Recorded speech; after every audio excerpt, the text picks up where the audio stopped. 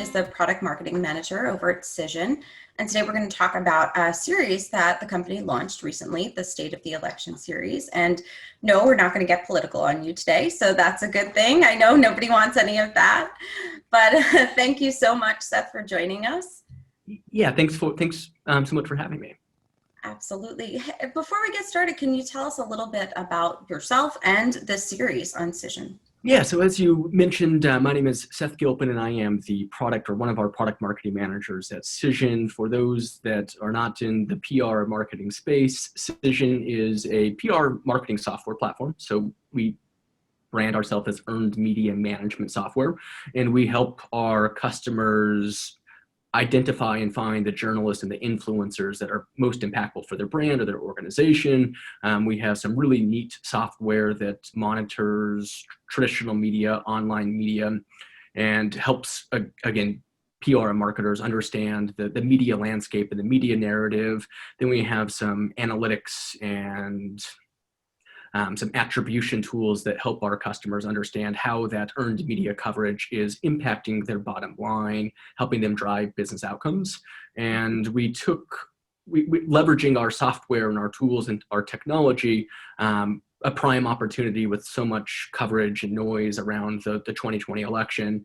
We wanted to use our software to dive into the election coverage from a very data-first, nonpartisan lens, just kind of help audiences, help voters, help consumers just weed out some of that messages and focus on how the media is covering the election. So we're looking at a number of things. We started 4 weeks ago with the Democratic and Republican national conventions. We're looking at swing state coverage, so how local media in key swing states is framing the news. Last night, I actually just finished the blog post we're posting later today about the debates.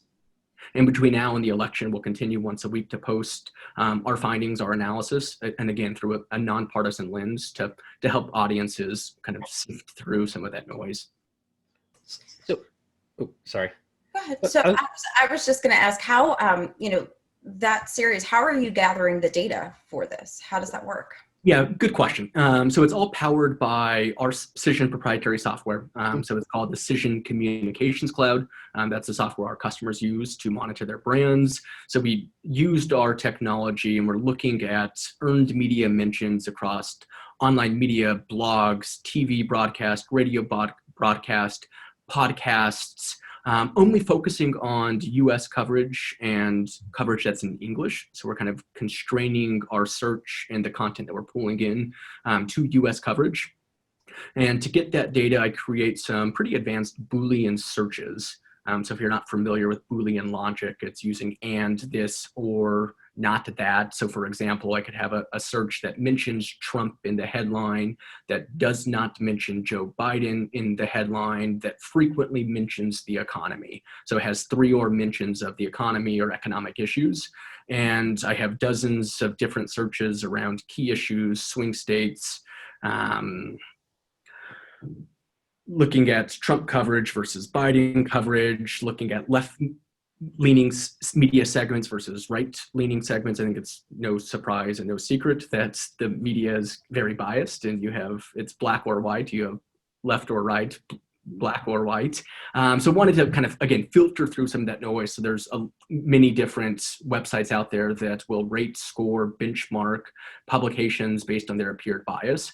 So I looked at those websites and created different segments for left-leaning media versus right-leaning media, so I could layer that on top of the data to get some more clear answers for our audience. You mentioned also part of that data, and correct me if I'm wrong, is sort of like local data, not just like big news organizations. It's actually local news organizations. Mm-hmm. So do you do that at the same level for the local, and also for the bigger national news organizations? Do you guys do any data analysis around if possible, the percents of traffic in those states or in those localized regions? Yeah, so we definitely do the analysis on the national and the local scale. So I could take any of the mini searches that I have and put a local lens on it. So if I want to take that same Trump, not Biden search that I have related to the economy, I could put a Florida filter on that and only focus on articles that are published in Florida, TV broadcasts that are broadcasted in Florida, and then we can start to look and dive into that to see how Orlando versus Miami versus Fort Lauderdale versus Tampa Bay, all of the different Florida media markets. So major media markets, small media markets, local blogs that are in Florida, we can kind of dive into those very specific swing states and get very granular with how we look into and analyze that coverage. So are you guys going to do like a prediction at some point with all the data? As your like final blog right before? I would love to. I doubt we do, but I definitely will have my predictions and hunches at the end of it. Now, I want to back up for a second. I mean, you talked about, looking at the media and saying, okay, there's a lot of partisan news out there. Was there any event within Cision that, kind of spurred this series really? Was it just, we have the capabilities, so why not provide this nonpartisan look? Are you hoping people will take that more, almost ingest that more, that nonpartisan look, as opposed to, the bipartisan news outlets that are out there? It's, a hope. I think there's. I'm sorry, I reversed that. No, I didn't. I got it. No, I think I got you. If I answer incorrectly or didn't get to your point, feel free to rephrase it. But I think there's a lot of distrust with the media from like us as audiences, us as consumers. I think there's a lot of distrust and frustration with the media. And again, if you read or watch CNN, you're left wing. If you watch Fox News, you're right wing. So yeah, that definitely was a goal. And we wanted to provide thought leadership and again, that neutral view of the media landscape, and call a spade a spade. And there certainly is, again, we can't ignore the left wing versus the right wing bias. And we wanted to kind of separate that out and help our audiences, help our customers, voters, anyone that stumbles on this report, just to kind of help them get a clearer sense of how things are being framed and focus on the issues, focus on what matters to voters, and frame that in, again, a nonpartisan lens to help make a clearer sense of how everything is being covered with the election. So the way journalism used to be, right? Yeah. Yeah, what it should be, right? It should be nonpartisan. Are there any issues now when you're gathering this data? Are there any stumbling blocks that you guys have had to overcome to make sure that you're accurately gathering? Yeah, there's definitely challenges along the way. Like I would love to do, like we have some machine learning that will look at the content and the subject of the article and have sentiment analysis. So we'll say, based on the text of this article, this is a positive article, or this is a negative article, a neutral article. That's been really challenging because a positive article for Biden is a negative potentially article for Trump. And depending on how you sit and how you view that content, something positive to me, maybe something negative to you. Right. So that's something that I really would love to dive in, but that's been a challenge. And if we added that sentiment analysis, I think that could skew some of our data and kind of put a partisan lens on it. And we certainly wanted to avoid that. There's also just so much coverage being published. Millions of articles every single month that we're capturing. So just having the bandwidth to sift through all of that data, that's also been a challenge. And there's also tons of articles that mention Trump and Biden, and a lot of overlap. So just, is this an article, just determining, is this an article for Trump? Is this an article for Biden? So we've used our Boolean logic to try to avoid some of that, but definitely there are challenges. And for a brand using this, they're not getting near that much coverage. So they have more tools and control over it. But definitely I'm confident in what we're finding, and where if there is some kind of questionable things, like in some of the analysis, for example, if the article mentions Trump and Biden, we remove that from the Trump-Biden analysis. So we're kind of eliminating that from our sample size, just to kind of make sure that we have those proper control groups across the board. Right. So now, do you guys plan on using this for other sort of, I guess, debatable events, right? Like, not just like, the presidential election, but like, say, for instance, like COVID, there was the no mask. Do you know what I mean? Like the craziness that went on with that. Is this something you could use for other things or are planning on using for other things eventually? Yeah, we definitely can. Like a lot of our clients, we have agencies that use us, we have public affairs firms that use us, and that's a prime use case for our clients to leverage the data and provide thought leadership and just help make sense for the very convoluted noise of the media landscape. So from a Cision point of view, no, we haven't really done that. We did post a lot of thought leadership around COVID and used our tools to help our customers navigate, but it was more for helping our PR pros. How do you communicate? And how do you communicate COVID? What are you doing to shut down? What are you doing for the reopening? But to your point, yes, a lot of our customers, but we have some of the candidates running for election that use our software and use that to inform their strategies. That's great. So we're sitting here September 30th. You've got a little bit, maybe about a month's worth of data now so far from this analysis. So what are we seeing? How is the public consuming this election coverage? You know, we're pre-election now. What are we seeing? Yeah, it's really, I mean, with considering the 24/7, 365 news cycle, always on, always getting pounded with new messages. I mean, it's the flavor of the day. And COVID-19, the economy, we've looked at, I think we started in our second week, we looked at voting issues, national and local perspectives. And we started looking at January 1, 2020, and really year to date, COVID-19 and the economy, those were mainstays. Month after month, those received consistent coverage. But across the board, there's ebbs and flows across everything else. Like there was the story 2 or 3 weeks ago. There was a story in The Atlantic that Trump allegedly had called military vets that had died in war losers and suckers. That was very fast follow from a Bob Woodward's recording from his upcoming new book that Trump privately downplayed the scope and the severity of the pandemic. So those were, again, they had their 5 minutes of fame and a lot of coverage, a lot of noise, and those quickly fell off the radar. Then, I mean, over the summer, the George Floyd and the racial inequality and the protest and the violent protests that came from those really picked up over the summer and have really kind of been mainstays since.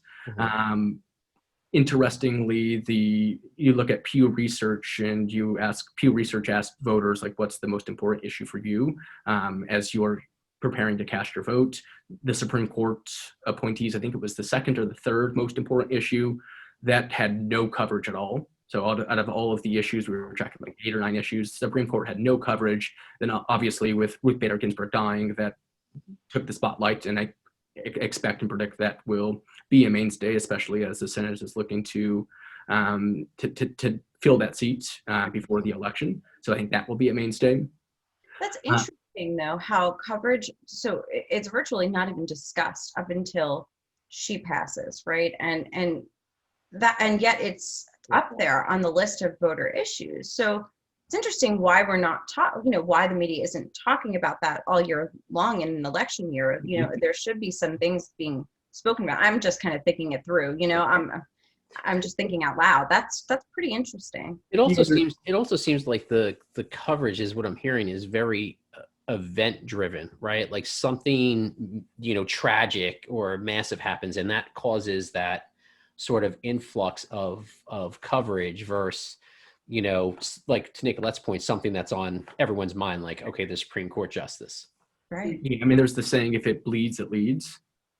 And yeah, I mean, media publications, they want to publish content. I mean, you look at the decline of revenue from the media industries and just how over the last decade or so, just how much of a struggle traditional media publications have. And they're businesses too, and they need to drive views, they need to drive engagement, they need the subscription rates and people to, whether they're buying newspaper subscriptions, whether they're subscribing online, they need those advertising revenues. So they need to publish content that is a little controversial.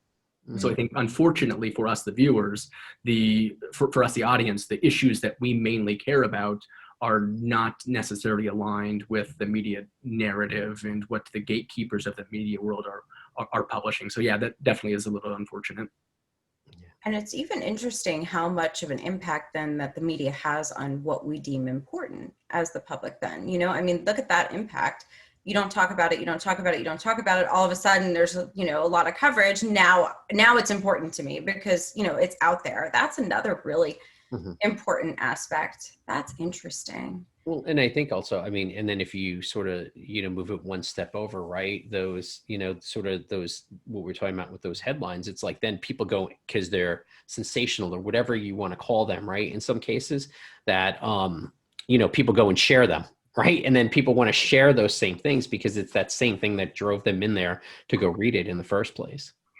Yeah, definitely a lot of clickbaity headlines that make their rounds across social media. There was a NPR, it was on April Fool's Day a few years ago, and it was an article like why Americans don't read anymore. And that was like the headline. Then you click into the article and it's like, this is an April Fool's joke. There's no content in this article. Not this far, share it. And it went viral across social media. You go in the comment section and people are giving their very bad takes on their very bad uninformed takes on the article. And in actuality, no one read the article because if you read the article, you found there was nothing in the article and it was a prank. Yeah, and people were giving their opinion on nothing. Yes, it was absolutely hysterical. Yeah. And pressing at the same time. Yeah. Look how much a headline can do. Look at that. Right. Exactly. Look at the power. Right.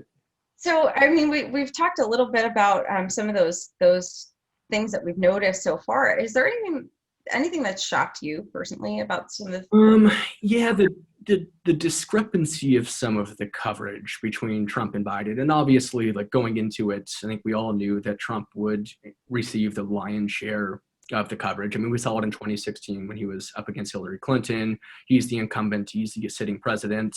But fairly or unfairly, like the media is obviously very critical of him.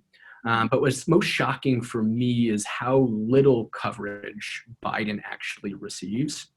So like in the past 90 days, there's 6 times more Trump coverage from left-leaning publications than Biden coverage from left-leaning publications. So like if I'm a voter and I want to know, I'm reading the news and I want to know why I should vote for Biden, that's not what I'm reading about. I'm reading about why I should not vote for President Trump. So that was really surprising, just how it seems like no matter what Biden does, he can't get his agenda. Even good coverage. There's even good coverage. So it's quite significantly just that discrepancy of how much more positive or negative coverage Trump receives and how little coverage Biden receives. And I guess that leans into like it's more like the clickbait because people want to read more of those type of bigger headlines than maybe actually what here's the positive coverage for Biden or whatever the case is. Yeah, totally. And kind of on that point, looking at some of like the social engagement of those Trump versus Biden articles, like we saw in 2016, Trump absolutely dominated Hillary Clinton across social. And a lot of experts say like social media and the whether it was actual shares and people sharing it or whether it was Russian bots or whether it was sharing it. But a lot of pundits say that social media played a critical role in 2016. And like I remember we did a similar analysis, not to this scope, but we did a similar analysis back in 2016. And there was a time I recall that Trump had more negative shares on social media than Hillary Clinton had total shares on social media. And it's still true that Trump dominates. I mean, Trump obviously has more coverage. He's still dominating across social media. But what I find is kind of shocking is it's his negative coverage this time around that's getting covered, that's getting more shares, that's getting more social engagement. So again, it's not really making the case why you should vote for Trump. Or why you should vote for Biden. It's right. A lot of the narratives why you should not vote for Trump. And another area I found really surprising is Reddit. We never really monitored Reddit before, but left-leaning content gets shared exponentially more on Reddit than right-leaning content. So that's Biden's like one area, if there is positive Biden coverage, that is getting shared quite significantly more often on Reddit than any kind of Trump coverage. I think on a whole, positive left-wing Biden coverage versus negative and left-wing Biden coverage and left-wing Trump coverage gets shared like 18 times more than any type of Trump coverage. So that was kind of eye-opening just to see how much engagement Biden/anti-Trump is getting across Reddit. Do you think that's because on Reddit you have real moderators, right? It's not a media entity necessarily the way it's structured. Is it because of the moderation portion of it? Yeah, I think that's probably a piece, and I think the just general audience of Reddit is probably a little bit more left-leaning than right-leaning. I know there was a lot of controversy, I think even this year, that conservatives said that Reddit is kind of muzzling them and closing down some of their Reddit forums and their subreddits. So I think a lot of right-leaning audiences have more or less moved away from Reddit. But I do think that's probably true as well, that there are moderators and there is some sort of policing that goes into the content that you read there. Mm-hmm. So I'd like to talk a little bit about earned media. I understand that the company has looked at earned media coverage for the DNC and the RNC, right? Now, help me, because what is earned media in the term of this political news space? I understand earned media in terms of what we do and, earned versus paid, media, but how does that work in this political landscape? Yeah, it's interesting because if take politics out of it, like earned media is the most trusted channel. So you could read something, you could see an advertisement, you could see something on social media. I could read something on your website, or I could read an article, an earned media article about it. And we as an end audience, we as a consumer, we're going to place more trust in that earned media content than any of the other paid, owned, and social channels. It's interesting once you get the political lens into there, then how trusted is earned media. I mean, the whole notion of fake news that has, dominated, I guess it really wasn't a thing until 2016, but just the misconceptions of the media bias, and not necessarily the misconception, but the construed thoughts of the media bias, I think certainly sways viewers one way or the other. But I think what is absolutely critical when it comes to earned media, and Brian, you touched on this as we started, is looking at that local news angle. So there's a lot of research done out there that audiences have significantly more trust in their local media than what they're reading on national media. So something in the Miami Herald is going, if I live in Miami and subscribing to the Miami Herald, I'm going to place more trust what I read there versus what I read in the New York Times.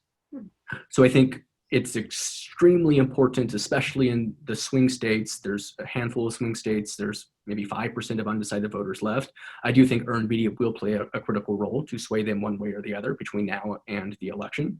So I think that should be a critical strategy for both Trump and Biden, is how do I get positive coverages? How do I communicate to voters in these very critical swing states that ultimately hold the keys to the keys of the White House are in the hands of these swing voters in these swing states, or these undecided voters in these swing states.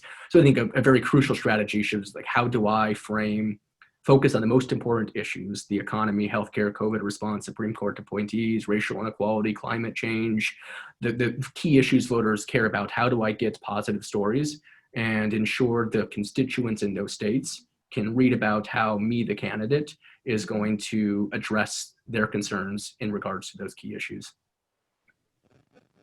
I see. That's interesting. Local media. So we wanted to also talk about, what I'm taking away here. I can't help but ignore it. I can't ignore it. It's really the power of the media. I mean, how powerful, what an impact media has on us. Really, that's that's kind of the takeaway I'm getting here. But, I'd also like to talk about the findings, and the significance of tracking all of this. Is there something that you can leave us with when it comes to what we should take away from this as viewers, as we look through the information that you are putting out from, an unbiased perspective? Mm-hmm. What should we really be focusing on? What should we be looking at? What are the significant things for us? Yeah, I would say despite the flashy headlines, the clickbaity headlines, there's still great journalism out there, and there's still really, really great reporting. And the media, they may have slants, but I mean, they still report, by and large, they still report the facts. There's still codes of ethics. And despite what you read online, despite what you hear, like, we should still trust earned media. And there's going to be, I mean, how they frame issues and how they cover issues is going to be a little left-wing and opinion focused. It's going to be a little right-wing and opinion focused. But at the end of the day, there's still the journalist creed, which is kind of the Hippocratic Oath, I guess, the equivalent of the Hippocratic Oath for journalists. And it's still something I think we as audiences should still have faith. We should still trust in the earned media to cover the stories and give us the information that we need to inform our opinions. You kind of made a comment about the power of earned media, and I'm trying to remember a quote. I can't think of it off the top of my head, but it kind of something along the lines of, like, when democracy fails, or democracy will fail when the media fails. So it, like, still is it's the freedom of speech is the First Amendment for a reason. Mm-hmm. And we should not discount or discredit and think that the media is constantly lying to us. So I hope readers reading this still place their trust and still believe in the stories that they're reading. That's nice. I have one final question. Are there any outlets that any outlets that have proven to be a little bit more unbiased, like Cision's trying to put out there? Are there, we talk about Fox, CNN, but are those local outlets more unbiased in a sense? Potentially. That can get into a political conversation. You look at some of the media conglomerates that own some of the local media points, and the Sinclair media groups of the world, and some could argue that that's going to be a little bit more right-wing focused.